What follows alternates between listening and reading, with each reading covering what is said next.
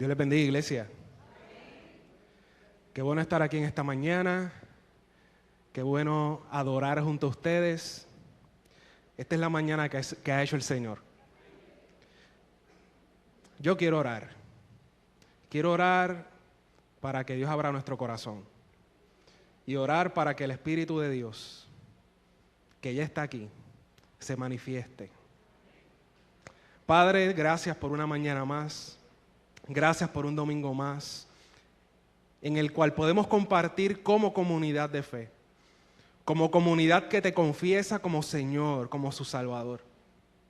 En esta hora hemos leído la palabra y la leemos no como un libro más, como un texto más, sino que la leemos como palabra tuya, palabra que está dirigida a nuestra vida para transformarnos y enviarnos a la misión.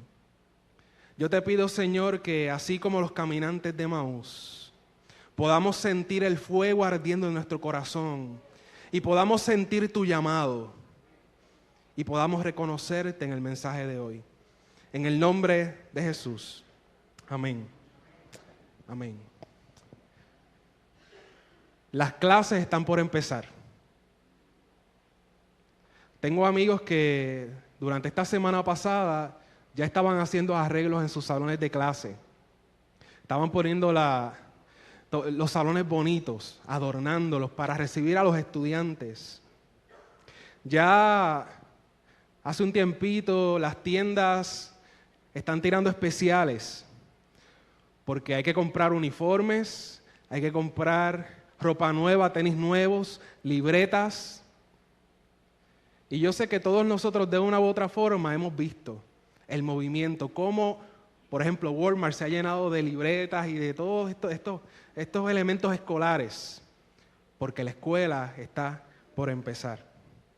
Sin embargo, todos sabemos que los estudiantes no solamente aprenden en el salón de clases. La educación no solamente se da en ese espacio formal de la escuela. Siempre decimos que también a los niños y a las niñas se les educa en su casa. La educación no solamente se da en el salón, se da en la vida completa. Y es en ese sentido que yo quiero hablarles hoy de la pedagogía de Jesús. ¿Cómo enseñaba Jesús? Porque Jesús no fue un maestro cualquiera. Jesús no era una persona que nada más se limitaba a enseñar a sus 12 discípulos en espacios cerrados. Jesús fue un maestro que enseñó con la vida. Así que, ¿cómo enseñaba Jesús? Esa va a ser nuestra pregunta el día de hoy. Y no solamente les voy a hablar de cómo enseñaba Jesús, sino que hay algo en este pasaje que leímos hoy que nos habla de los prerequisitos que necesitamos tener para aprender de Jesús. Y obviamente también voy a hablarles de qué implicaciones tiene esto en nuestra vida. Así que, como orábamos, abramos el corazón a lo que el Señor quiere enseñarnos hoy. Leíamos el texto de Juan 6, versículos 41 al 51. Yo siempre le digo a mi esposa que predicar de Juan es un desafío para mí, porque es el evangelio del cual yo me siento menos cómodo. ¿Por qué razón? Porque los demás evangelios son como que bastante explícitos, son claros. Jesús anda de aquí para allá haciendo muchos milagros, sanando mucha gente, liberando a personas endemoniadas, y aquí y allá tiene una enseñanza, pero las enseñanzas de Jesús no se ven tan difíciles en los evangelios sinópticos. Sin embargo, cuando yo me acerco a Juan, me encuentro a un Jesús que habla de una forma bastante complicada y a veces bastante enredada.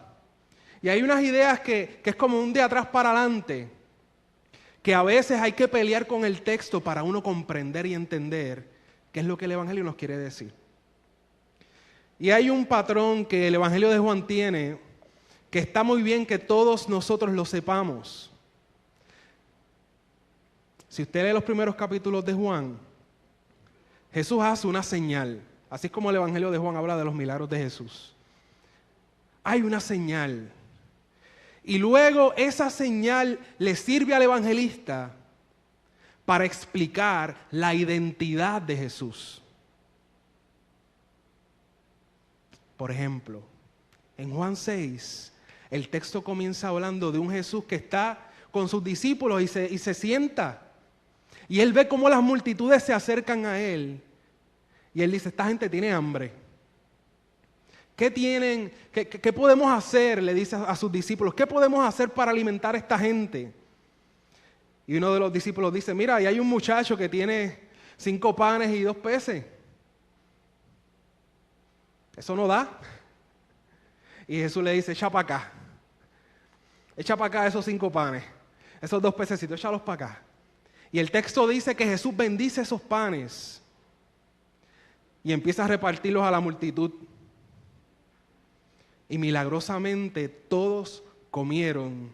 Y milagrosamente de esos 5 panes sobró, y sobró mucho, 12 cestas llenas. Luego el texto va a empezar a decir, va a mostrar a Jesús diciendo, yo soy el pan de vida. Sus padres comieron maná en el desierto, pero ese pan, sus antepasados lo comieron, pero ellos murieron. El pan que yo doy es un pan que da vida eterna. Un pan que no caduca. Y Jesús va a decir, yo soy el pan de vida. Yo soy el pan de vida. Y esta es la primera idea que yo quiero que ustedes se lleven el día de hoy. En Jesús no hay una contradicción entre lo que Él hace y su identidad. Las señales que Jesús realiza, las cosas que Jesús hace, son una manifestación de lo que Él es en sí mismo. Hay una cita de un teólogo llamado Thomas Torrance, y él escribe un libro que se llama Encarnación, y él dice lo siguiente: en Jesús se da la integración de la palabra y la voluntad de Dios con nuestra humanidad. Jesús vive su vida de forma tal que desde el principio hasta el fin, Él es una persona. Una persona. Y su obra en la carne es una con su ser hijo de Dios. Él vive de tal forma que desde el principio hasta el fin, sus acciones no son diferentes de lo más recóndito de su corazón. Jesús hacía lo que Él es. Jesús daba pan a la gente porque Él era el pan. Y como Él era el pan, Él daba pan.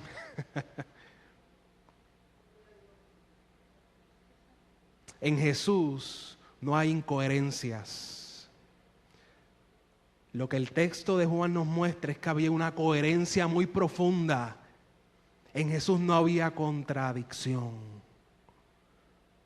Lo que Él pensaba, lo que Él deseaba, era lo que Él hacía.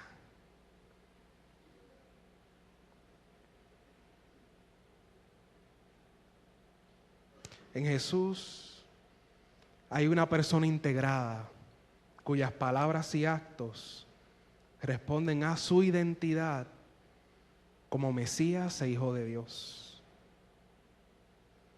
Un ejemplo más de Juan, para que vean que esto pasa en más de una ocasión. En Juan 11, su buen amigo Lázaro, el buen amigo de Jesús Lázaro, muere. Se murió.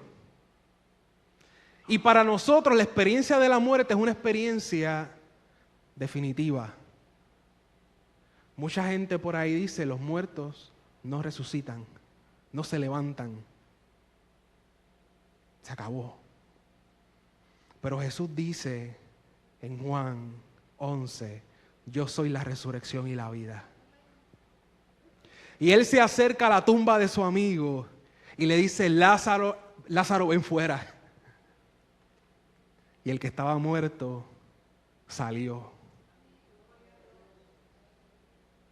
No hay contradicción entre los actos de Jesús y su identidad. Jesús da vida porque Él es la vida. No hay contradicción. Cualquiera de nosotros que podríamos decir que si viéramos a Jesús, nosotros creeríamos en Él. Decimos, diache, si yo hubiese estado allí, si yo hubiese visto a ese muerto salir de la tumba, yo hubiese creído en Jesús. Pero ¿sabe qué?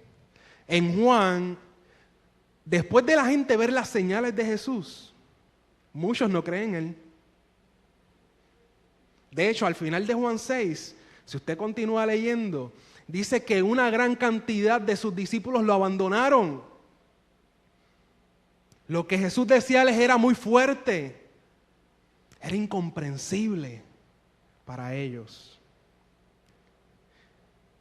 Y lo más enigmático cuando nos acercamos al texto de hoy es la explicación que Jesús da de por qué la gente no lo sigue, por qué hay discípulos que no perseveran. Y eso es lo que me causó más problemas cuando estaba estudiando el texto. Pero yo soy de los que creen que cuando hay un texto problemático, uno tiene que pelear con él.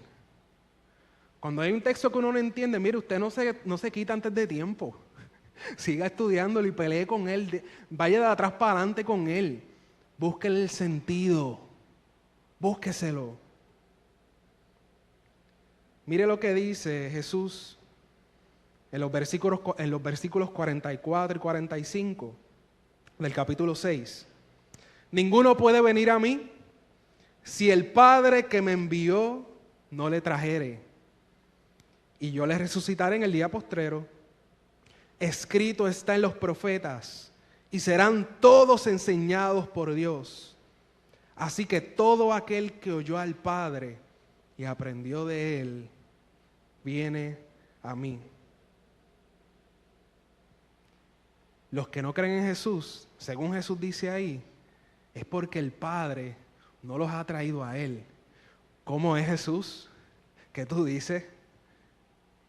Que tal vez Dios no quiere que gente llegue a Él, ¿verdad? Porque esa sería la implicación lógica. Si uno llevase esto a las últimas consecuencias. A Martín Lutero, le encantaba ese versículo. A él le encantaba. Y él escribió un libro que se llama La voluntad determinada, que es una pelea que él tiene con otro señor de su época que se llamaba Erasmo de Rotterdam. Y Lutero usaba ese versículo para decir que Dios, antes de la creación del mundo, Dios había decidido a cuáles personas iban a creer en Jesús. Y aquellos a quienes Dios no le hubiese dado el don de creer en Jesús, esas personas no iban a creer. Yo creo que esa posición es problemática. Y yo creo que eso no es lo que el texto nos quiere decir. Jesús nos está hablando de que Dios obra de una forma muy misteriosa, de una forma oculta. Y que sin esa obra de Dios, las personas son incapaces de llegar a reconocer a Jesús como su Señor. Dios nos habla de muchas formas y no todas son evidentes. Dios nos habla a través de la creación. Dios nos habla a través de experiencias. Dios en ocasiones nos habla a través de personas. Y yo le voy a dar un ejemplo con el que seguramente usted se identifique. Muchos de nosotros llegamos a la fe luego de mucho tiempo de pelear con Dios. No fue algo rápido, sino que fue algo gradual. Tal vez usted empezó a venir a la iglesia y siguió escuchando y cuando se vio ya estaba adentro. Puede ser que un conocido le hubiese estado hablando de Dios mucho tiempo. Y al tiempo, usted dijo, oye, yo creo que lo que él dice es verdad. Yo creo que esta persona tiene razón. Pero el asunto es que las personas que en ocasiones tardan en llegar a Dios, cuando llegan a Dios dicen, oye, que mucho tiempo Dios estuvo trabajando conmigo. Que mucho tiempo Dios estuvo trabajando conmigo. Mira las formas misteriosas en las cuales Dios trabajó en mi corazón y yo no me daba cuenta. Eso no es así. Ahora bien, hay otras personas que se convierten de una forma súbita. Es una conversión instantánea. ¿Y sabe qué? Estas personas que llegan a ese tipo de conversión también dicen, ¿eso fue el Espíritu de Dios? Fue Dios mismo el que hizo el cambio en mí, porque yo antes de ese momento yo no creía, yo no sabía nada de esto. Dios me llamó.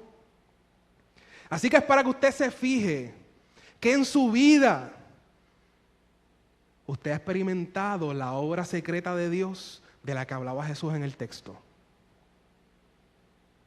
Dios trabaja en la vida nuestra de formas que a veces no comprendemos, de formas invisibles, que no son tan obvias. Pero cuando cruzamos el charco y llegamos a Jesús, reconocemos que Dios estuvo ahí. Dios estuvo ahí. Jesús nos dice en Juan 6 que nadie es capaz de confesar a Jesús como Señor y Salvador sin antes haber sido habilitados por la gracia de Dios. Y mire, eso es muy protestante, ¿oyó? La gracia de Dios precede nuestra decisión por Dios. Cuando nosotros creemos que vamos caminando hacia Dios y que nos vamos a encontrar con Él, nos damos cuenta que no tenemos que dar ningún paso porque Él ya está delante nuestro. Él ya está ahí.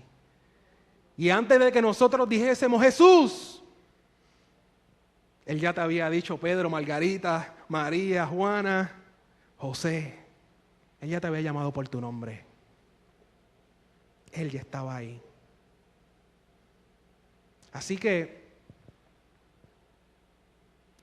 Jesús nos dice que antes de ni siquiera tú haber pensado en Él, ya Dios estaba contigo y Dios te llamaba. Hasta aquí tenemos dos ideas. Por un lado, no hay contradicción en Jesús. Lo que Él es, eso es lo que Él hace. Como Él es el pan de vida, Él da pan. Como Él es la vida, Él da resurrección. No hay contradicción. Y en segundo lugar tenemos la idea de que el Padre prepara el corazón. La gracia de Dios precede nuestra decisión. Y gracias a esa gracia podemos confesar a Jesús como Señor y Salvador. La pregunta obligada es, ¿qué importancia tiene esto para nuestra vida? ¿Cómo se manifiesta esto en la misión? Así que yo quiero hablarles ahora de nuestra misión como iglesia. Y yo les quiero hacer la siguiente propuesta. Yo les decía ahorita que Dios obra en el mundo de muchas formas. Algunas formas son evidentes, otras no. En ocasiones Dios nos habla a través de la creación. En ocasiones Dios nos habla a través de personas. En ocasiones a través de experiencias. ¿Qué tal? ¿Qué tal? Si la obra secreta de Dios está ligada a lo que tú haces. ¿Qué tal si lo que Dios quiere hacer en el mundo está en parte ligado a que tú te manifiestes como hijo e hija de Dios? ¿Qué tal si Dios quiere trabajar en la vida de tu familia y de tus amigos a través de palabras y acciones que reflejen quién tú eres en Dios? ¿Qué tal? ¿Cuál es el problema? Que nosotros no somos como Jesús. ¿Cuál es el problema? Que en nosotros a veces no se da la coherencia que existía y existe en nuestro Salvador. Jesús daba lo que Él era, pero a veces la iglesia no da lo que es. A veces no damos lo que somos como hijos de Dios. En ocasiones vivimos en contradicción y vivimos vidas fragmentadas, donde nuestras palabras y acciones no corresponden a nuestra identidad en Dios. Así que cuando otros van a aprender de nosotros, lo que reciben es un mensaje mixto, no coherente. Yo hablaba con una persona conocida y esta persona me contaba de su familia, de su historia. Viene de un hogar disfuncional, de una familia muy difícil. Tiene un grupo de hermanos. Y esta persona me manifestaba la contradicción que ella vivía en su hogar. Porque no es que su familia fuera mala completamente, era que los mensajes que se enviaban eran mixtos. Su papá o su mamá le podían decir, no hagas esto, pero sus padres hacían lo que le pedían que no hiciera. Y yo le decía, oye, fíjate que de esa mogolla, de ese revolú que tú vivías, tú saliste bastante bien. Es una persona creyente. Tú saliste bastante bien.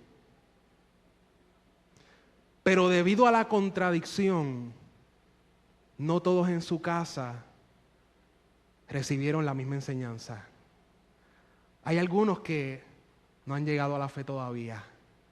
Hay algunos que sus vidas son un poco caóticas. Porque el mensaje es mixto. No aprendemos nada más cuando alguien nos dice algo. Aprendemos también cuando la gente vive lo que dice. Así que mucha gente dice, bueno, está bien, me dijo que no, eso le pasa mucho a los jóvenes. Mi papá me dice que yo no haga esto, pero yo veo que él lo hace. O me dijo que no hiciera esto, pero cuando él era joven yo sé que él también lo hizo. El mensaje mixto lleva a la contradicción. Lleva a la contradicción. Así que la pregunta es, ¿qué quiere Dios de nosotros? Dios quiere que nuestros actos y nuestra identidad concuerden. Que haya sintonía, armonía, coherencia. Y no solo para que a través de la fe en Jesús, ¿verdad? No solo para que a través de la fe en Jesús otros y otras conozcan a Jesús, sino también para anticipar a través del servicio el reino de Dios en nuestros medios. Nosotros somos hijos e hijas de Dios. Amén. Somos hijos e hijas de Dios. Dios te está llamando hoy a que eso sea lo que tú vivas. Somos pueblo santo de Dios, pues que tu vida manifieste la santidad de Dios. Si eres una persona llena del Espíritu, pues mira que el Espíritu sea lo que salga, lo que te mueva, en lo que tú camines. Dios no quiere que haya contradicción. Yo les invito a orar en esta mañana y vamos a pedirle a Dios que nos enseñe a ser como Jesús. Y que podamos ser instrumentos en la obra que Dios quiere hacer en el mundo. Porque Dios quiere utilizarte para Él hablar a otras personas. Oramos. Señor, gracias por tu palabra.